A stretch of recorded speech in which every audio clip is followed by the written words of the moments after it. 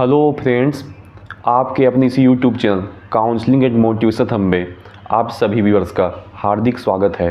Friends, आज मैं आपके सामने कुछ नए टॉपिक पर बात रखना चाहूँगा। यहाँ पर यह टॉपिक यह है कि जो हमारे देश की सरकार है उसका यह फर्ज बनता है कि नहीं बनता है कि आपको जॉब दे। यहाँ पर मैंने अपने सामने एक कट्टर मोदी भक्त और कट्टर कांग्रेसी के बीच कुछ डिबेट देख रहा था। डिबेट में यह पॉइंट रखा जा रहा था कि सरकार का यह फर्ज होता है कि रोड अच्छा से बन जाए, देश में इंफ्रास्ट्रक्चर अच्छा से बन जाए, आपके घर में पानी आ जाए, आपको खाने पीने की चीज़ों में कोई दिक्कत नहीं होनी चाहिए, विदेशों से जो भी इम्पोर्टेड आइटम है आपके लिए भेजा जाए, चाहे इलेक्ट्रॉनिक्स आइटम हो, चाहे विदेशी ड्राई फ्रूट्स हो, आपको भेजा जाए। मतलब कि सरकार का यहाँ पर रोल है आपको सर्विस प्रोवाइड करना। फ्रेंड्स, जब भी आप सर्विस प्रोवाइड करवाने वाली कोई भी संस्था में जाते हैं, जैसे कि आप मल्टीप्लेक्स ही जाते हैं कोई मूवी देखने के लिए, तो वहाँ पर आप इस प्रकार की डिमांड तो रखते हैं ना कि साफ़ सफाई अच्छा है कि नहीं, मूवी का जो स्क्रीन का थिएटर है वो अच्छा है कि नहीं है, यहाँ पर एसी चल रहा है कि नहीं चल रहा है। आप मल्टीप्लेक्स में इस प्रकार की डिमांड रखते हैं वो तो ठीक है, लेकिन आप मल्टीप्लेक्स में जाकर यह तो नहीं बोलते ना कि हमें यहाँ पर जॉब चाहिए, नहीं ना। तो यहाँ पर बात ऐसे ही था कि जो डिबेट मैं देख रहा था वहाँ पर भी सामने वाले यही पॉइंट रखे जा रहे थे कि देश की सरकार का यह फर्ज बनता है कि आपको सर्विस दी जाए, आपको ये सर्विस दी जाए कि पूरे देश में अपराध कम हो चुका है, देश में आप शांति से घूमो फिरो, देश में माहौल अच्छा है। लेकिन फ्रेंड्स, वहाँ पर उनका ये भी कहना था कि देश की सरकार का यह फर्ज नहीं बनता है कि वह आपको जॉब प्रोवाइड करे। अगर आपको जॉब चाहिए तो वो पूर्णतः आपकी जिम्मेदारी होनी चाहिए कि आप कौन सा बिजनेस करके आप पैसा कमाओगे। आप बिजनेस करना चाहते हैं तो इंडिया में करेंगे कि इंडिया के बाहर करेंगे। वैसे ही आप जॉब करना चाहते हैं तो आप इंडिया में करेंगे कि इंडिया के बाहर करेंगे, यह भी पूरी तरीके से आपकी स्वयं की जिम्मेदारी होनी चाहिए, ना कि देश की सरकार की जिम्मेदारी होनी चाहिए। लेकिन फ्रेंड्स, मेरा मानना है कि देश की जो सरकार है उसकी यह जवाबदारी बनती है कि आपको जॉब दे।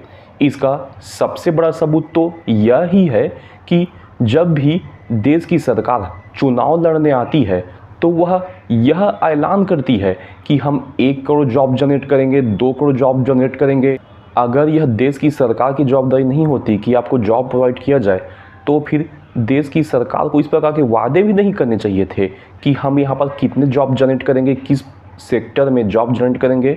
तो वहाँ पर से हमको यह पता चलता है कि देश की सरकार की यह जवाबदारी होती है कि वह आपको जॉब प्रोवाइड करे, और देश की सरकार आपको जॉब प्रोवाइड नहीं कर पा रही है तो फिर आप सरकार से क्वेश्चन कीजिए, सरकार के सामने धरना प्रदर्शन भी कीजिए कि हमको जॉब प्रोवाइड क्यों नहीं किया जा रहा है। और आपको देश की सरकार जॉब प्रोवाइड नहीं करती है तो आपका यह भी फर्ज बनता है कि देश की सरकार को आप गाली भी बकिए, जम के गाली बकिए, भर भर के गाली बकिए। फ्रेंड्स, अभी तो आप समझ ही चुके हैं कि देश की सरकार की जिम्मेदारियां क्या क्या है। देश का कल्याण करना तो जिम्मेदारी है ही, इंफ्रास्ट्रक्चर तैयार करना जिम्मेदारी है ही, आपको जॉब प्रोवाइड करना भी जिम्मेदारी है। लेकिन मैं यहाँ पर यह बताना चाहूँगा कि ओनली गवर्नमेंट जॉब प्रोवाइड करना देश की सरकार की जिम्मेदारी नहीं होती है। गवर्नमेंट जॉब देश में बहुत ही कम मात्रा में होता है। चाहे कोई भी देश हो, वहाँ पर टोटल जॉब का जो मार्केट है उसका कुछ ही परसेंट गवर्नमेंट जॉब के रूप में होता है। और फ्रेंड्स, गवर्नमेंट जॉब का प्रचलन उन्हीं देशों में बहुत ज़्यादा होता है जहाँ पर देश अभी विकसित अवस्था में नहीं पहुँच पाया है, देश अभी विकासशील के स्वरूप के रूप में मौजूद है। जैसे कि आप भारत में देखते हैं बहुत ज़्यादा गवर्नमेंट जॉब का क्रेज है, क्योंकि भारत एक विकसित देश नहीं है, भारत एक विकासशील देश है। सेम इसी प्रकार से चाइना में भी फ्रेंड्स हम देख सकते हैं कि चाइना एक विकासशील देश है, इसलिए हम वहाँ पर जानते हैं कि वहाँ पर इंफ्रास्ट्रक्चर बहुत अच्छे से डेवलपमेंट हो चुका है, वहाँ पर प्राइवेट सेक्टर अच्छे से डेवलपमेंट हो चुका है। लेकिन चूंकि वह भी एक विकासशील देश है इसलिए वहाँ भी कुछ हद तक भले ही भारत से कम, लेकिन गवर्नमेंट जॉब का क्रेज चाइना में भी बना हुआ है। लेकिन फ्रेंड्स, हम दूसरी तरफ विकसित देशों की तरफ देखते हैं, जैसे कि अमेरिकन कंट्रीज़ है, यूरोपियन कंट्रीज़ है, वहाँ पर गवर्नमेंट जॉब का क्रेज बहुत ज़्यादा नहीं रहता है। क्यों नहीं रहता है? क्योंकि वहाँ पर प्राइवेट कंपनी बूम कर चुकी है। देश की जो सरकार है, सरकार ने वहाँ पर इस प्रकार के माहौल तैयार किया है कि वहाँ पर लोगों को गवर्नमेंट जॉब की ज़रूरत ही नहीं रही है, जिसके चलते वहाँ पर होता यह है कि लोगों के दिल से गवर्नमेंट जॉब की भावना ही जा चुकी। अब हम आपको बताना चाहते हैं किसी भी एक देश में देश की सरकार किस तरीके से जॉब जनरेट कर सकती है। फ्रेंड्स, देश की सरकार का यह कर्तव्य होता है कि वह देश में इस प्रकार का माहौल तैयार करे कि ज़्यादा से ज़्यादा प्राइवेट कंपनी विदेशों से आकर देश में इन्वेस्टमेंट करे, और इन्वेस्टमेंट करने के बाद वहाँ पर देश के लोकल लोगों के लिए जॉब जनरेट हो।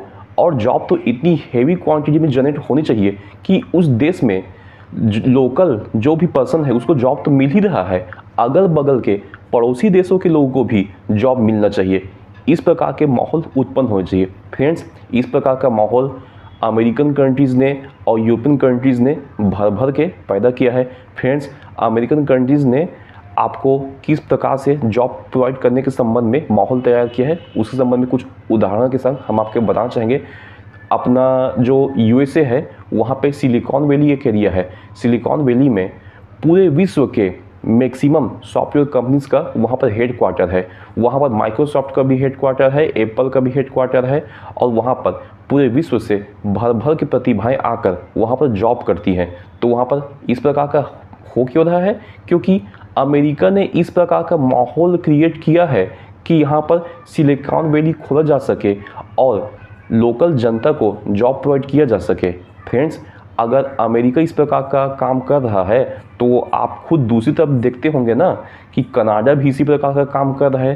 तभी तो आपने शाहरुख खान के डंकी मूवी में देखा होगा कि किस प्रकार से भारत से अमेरिका की तरफ, कनाडा की तरफ लोग जॉब के लिए जाते जाते हैं। यह यूएसए की गवर्नमेंट की सफलता का एक परिचायक है कि आप भारत से उतना दूर जा रहे हैं, कनाडा जा रहे हैं, यूएसए जा रहे हैं, एक अच्छी ज़िंदगी की तलाश में जा रहे हैं।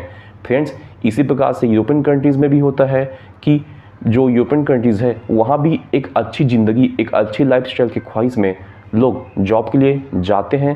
फ्रेंड्स, जिस प्रकार से अमेरिकन कंट्रीज़ और यूरोपियन कंट्रीज़ ने इस प्रकार के जॉब के लिए एक अच्छे माहौल की प्रोवाइडेशन किया है, उसी तरीके से अच्छा माहौल विदेशी कंपनी के लिए हमारे भारत सरकार क्यों नहीं कर पाई है? यह हमारे भारत सरकार के लिए एक बहुत बड़ा क्वेश्चन मार्क है। यहाँ पर बहुत सारे फैक्टर अवेलेबल है, लेकिन फ्रेंड्स, भारत में इस प्रकार का माहौल पैदा नहीं हो पाया कि फॉरेन कंट्रीज़ से कंपनी आकर यहाँ पर जॉब प्रोवाइड कर सके। इसके लिए फ्रेंड्स, हमको तो यह मानना पड़ेगा कि हमारे देश की सरकार में ही कोई कमी है, और एक कमी नहीं फ्रेंड्स, बहुत सारी कमी है, भर भर की कमी है कि वह देश के लोगों को जॉब प्रोवाइड नहीं कर पा रही है। अब फ्रेंड्स, यहाँ पर भारत सरकार के कुछ कमियों के बारे में हम विस्तृत रूप से आपके सामने चर्चा करना चाहेंगे। फ्रेंड्स, यहाँ पर मैं सरकार के कुछ कदमों के बारे में बोलना चाहूँगा जो कि सरकार कर सकती है लेकिन कर नहीं रही है। भारत एक विविधताओं से भरा हुआ देश है। विविधताओं से भरे हुए देश के चलते यहाँ पर हर एक राज्य की एक लोकल संस्कृति होती है, और संस्कृति की एक विशेष सांस्कृतिक विरासत और सांस्कृतिक पहचान होती है। फ्रेंड्स, यहाँ पर भारत सरकार चाहे तो टूरिज्म को बढ़ावा देने के लिए कई प्रकार के प्रोग्राम लॉन्च कर सकती है, जो कि लॉन्च नहीं कर रही है।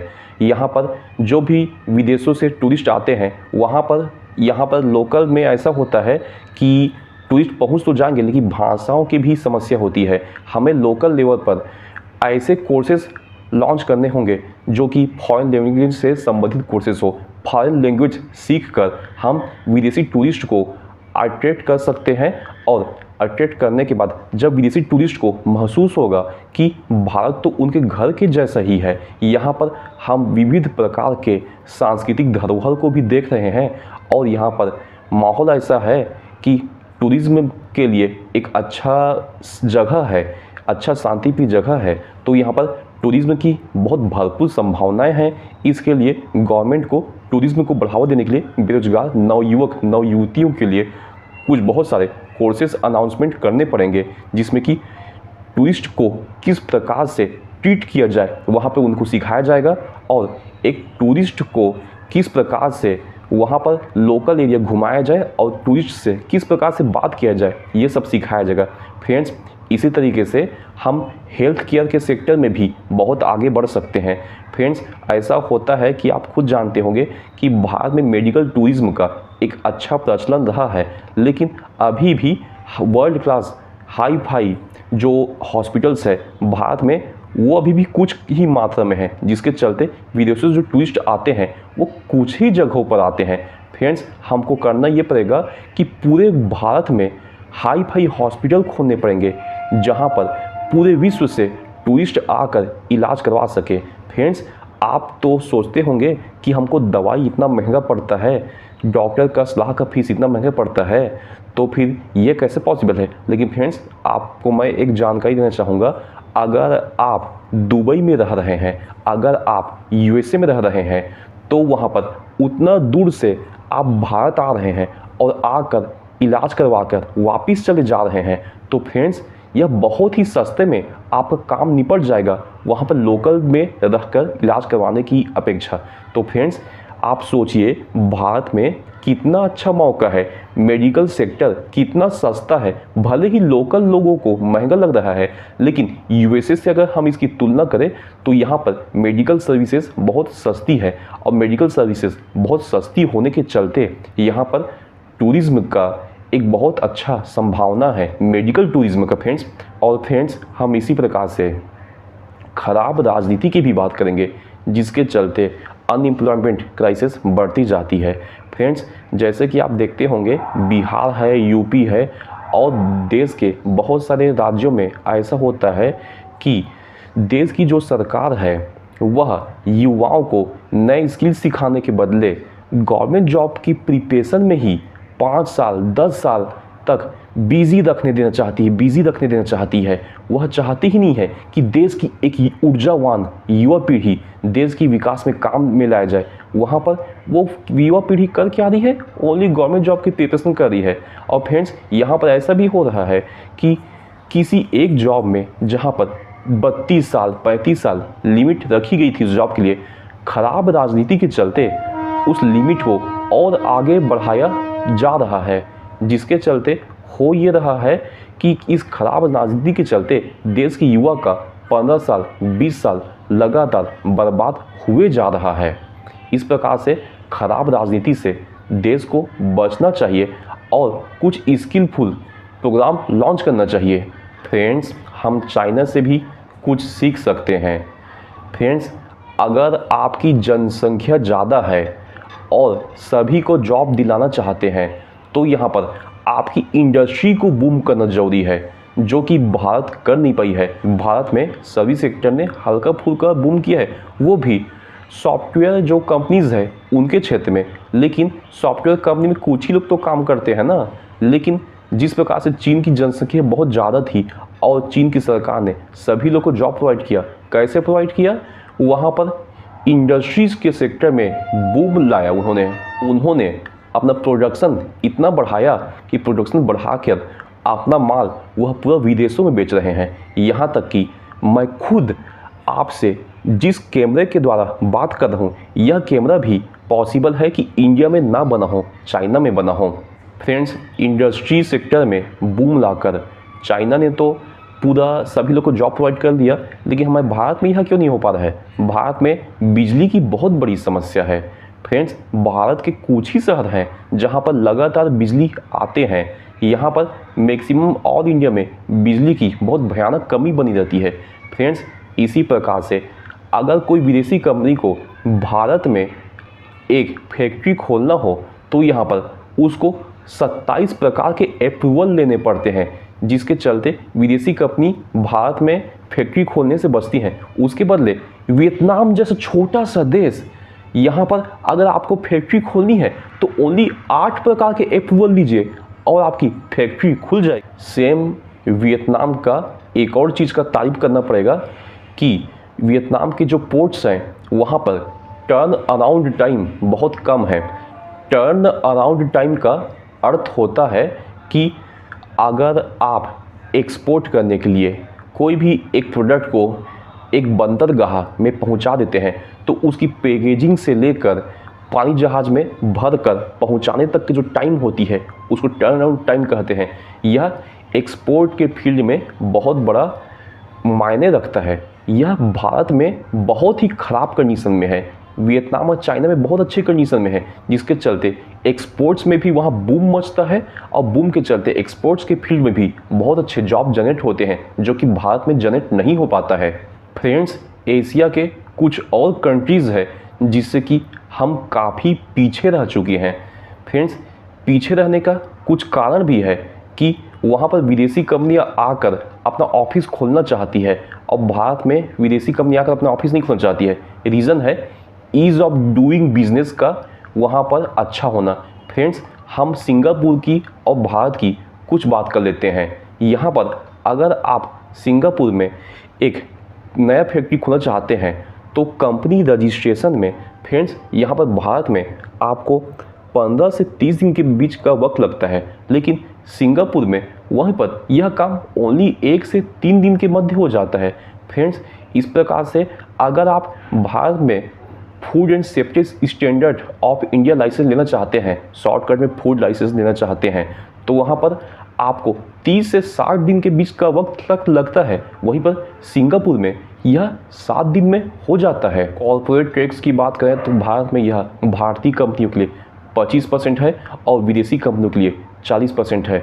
सिंगापुर में वहीं पर यह कॉर्पोरेट टैक्स ओनली 17% है और दुबई में मतलब कि यूएई में 9% है। अब फ्रेंड्स, हम यह जानने की कोशिश करेंगे कि भारत में ईज़ ऑफ डूइंग बिजनेस बहुत ही ज़्यादा टफ क्यों है। इतना टफ है कि आपको माउंट एवरेस्ट की चढ़ाई चढ़ने तक का मेहनत करना पड़ सकता है। फ्रेंड्स, सबसे बड़ी समस्या यहाँ पे आती है भ्रष्टाचार की समस्या। भ्रष्टाचार की समस्या के चलते यहाँ पर अक्सर होता यह है कि जो भी नया बिजनेस करना चाहेगा उसको सरकारी ऑफिसर्स को कुछ ना कुछ खिलाना पड़ेगा। हर एक काम के लिए वहाँ पर पैसा खिलाना पड़ेगा। जैसे ही आप ना कोई एक चीज़ क्लियर करेंगे तो दूसरा चीज़ का आपको मिस्टेक होगा। जब भी कहीं कोई मिस्टेक होगा तो सरकारी ऑफिसर इस बात के इंतज़ार में ही है कि आप मिस्टेक करें और मिस्टेक के बदले आपसे पैसा की मांग किया जाए। फ्रेंड्स, यहाँ पर आप सभी प्रकार के काम करके फैक्ट्री सेटअप करने में कामयाब हो भी गए तो यहाँ पर ऐसे होता है कि आप प्रोडक्ट बना तो लेंगे, लेकिन प्रोडक्ट बेच भी लेंगे, लेकिन आपको उधारी की बहुत बड़ी समस्या का यहाँ पर सामना करना पड़ेगा। यहाँ पर बहुत सारे लोग का ऐसा होता है कि जूता बना के लोगों के पास दे देंगे, लेकिन जूते के पैसे ही नहीं आते। कपड़े बनाकर लोगों को दे देंगे, लेकिन कपड़ों के पैसे ही नहीं आते।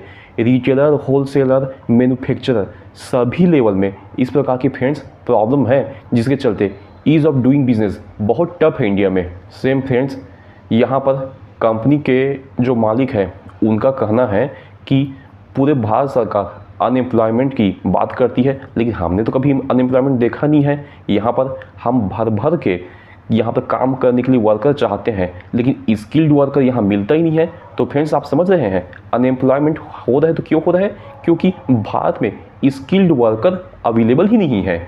सेम फ्रेंड्स, यहाँ पर मैं हांगकांग में कुछ स्पेशल प्रकार के फंड्स होते हैं जो कि इंडिया में नहीं होते हैं, उसके बारे में आपको जानकारी देना चाहूँगा। हांगकांग में SMA फंड और बर्ड फंड होता है। ये जो फंड होता है इसके अनुसार ऐसा होता है कि आप कोई भी नए बिजनेस, कोई भी नए फैक्ट्री खड़े करने के लिए उस देश में जाते हैं और मान लो कि आपको उस काम में 10 करोड़ रुपए का खर्चा आता है, तो वहाँ पर होता यह है कि पूरा सेटअप हो जाने के पश्चात SMA फंड और बर्ड फंड दोनों के द्वारा देश की सरकार 50% पैसा आपको रिटर्न कर देती है। जिसके चलते होता यह है कि हांगकांग में लोग नए फैक्ट्री खड़े करना पसंद करते हैं, जिसके चलते सिंगापुर और हांगकांग इकोनॉमिक बूम के क्षेत्र में बहुत आगे बढ़ते हैं और वहाँ पर लोगों को जॉब जनरेट भी होती है। फ्रेंड्स, सबसे लास्ट में मैं ध्रुव राठी के सिंगापुर के लिए बनाए गए एक वीडियो का तारीफ भी करना चाहूँगा। एक ऐसा देश जहां भारी गरीबी और बेरोजगारी हो, जहां पर क्राइम बहुत ज़्यादा हो, ड्रग्स की समस्या हो, दंगे हो और जनसंख्या की वृद्धि लगातार हो रही हो, अशिक्षा की समस्या हो। यही हाल था फ्रेंड्स सिंगापुर का 1965 में। लेकिन वहाँ के एक प्रधानमंत्री थे जो कि सिंगापुर के पहले प्रधानमंत्री थे, ली क्वान यू। उन्होंने ही देश की इस पूरी समस्याओं को ख़त्म करके देश में रोजगार के लिए एक अच्छा माहौल तैयार किया है। फ्रेंड्स, हमारे भारत की भी बदकिस्मती है कि भारत में आज तक के ली क्वान यू जैसे प्रधानमंत्री नहीं बन पाए हैं जो कि पूरे देश की समस्याओं को ख़त्म कर सके। हम मोदी से बहुत उम्मीद तो कर रहे थे कि मोदी इस प्रकार के काम करके दिखाएंगे, लेकिन 10 साल में आपने देखा तो है सही कि लोग तो यही बोल रहे हैं कि ये फेकू मैन है, लोगों को ठगी काम करता है। लेकिन ली क्वान यू के कार्यों के बारे में हम आपको कहेंगे कि देश में मिनरल्स की कमी होने के बावजूद और एक छोटा सा देश होने के बावजूद वहाँ पर देश को इकोनॉमिक बूम लाने में ली क्वान यू सफल रहे हैं फ्रेंड्स। लेकिन सफलता के बावजूद भी वहाँ पर ली क्वान यू का कोई भी अंधभक्त नज़र नहीं आता। देश में ली क्वान यू की एक मूर्ति नज़र नहीं आती है, जिससे कि हमको यह पता चलता है कि वह इतने अच्छे इंसान थे कि अपने काम की क्रेडिट लेना भी नहीं चाहते थे। वो बस केवल यह चाहते थे कि सिंगापुर आगे बढ़े, बढ़ते रहे और लोगों को यह भी पता चले कि सिंगापुर को आगे किसने बढ़ाया है, सिंगापुर की सभी समस्याओं को ख़त्म किसने किया है, सिंगापुर में जॉब जनरेट भी किसने किया है। फ्रेंड्स, हमारे भारत को भी इसी प्रकार के एक राजनेता की तलाश है, ली क्वान यू टाइप, जो कि भारत की बेरोजगारी की समस्या को जल्द से जल्द ख़त्म कर सके। फ्रेंड्स, अगर आपको हमारे द्वारा आज का दिए हुआ यह वीडियो पसंद आया है तो आप हमारे इस YouTube चैनल को लाइक करें, सब्सक्राइब करें एंड शेयर करें। धन्यवाद दोस्तों।